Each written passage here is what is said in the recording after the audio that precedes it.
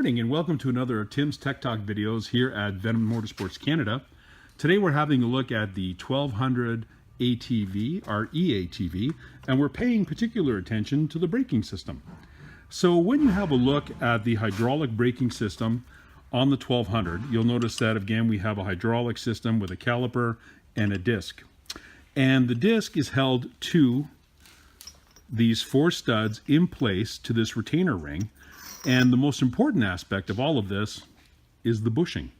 So this bushing presses up against the disc brake ring, and then you're going to bolt your tire right here.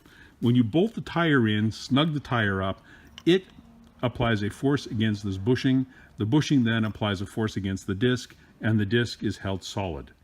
If you do not install the bushing, your tire disc will wiggle just like you see here. So you're going to see a little bit of distortion. It's going to wiggle around.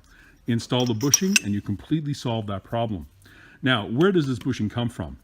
When your ATV was shipped, you would have seen the bushing in this position and a lock ring on top bolted to the frame of the shipping container to keep everything from moving.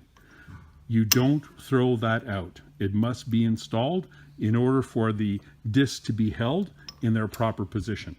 So again, don't throw this out, slide it over the axle, then install your tire. You'll be 100%. Enjoy your ride, my friends, and have a great day. Bye-bye.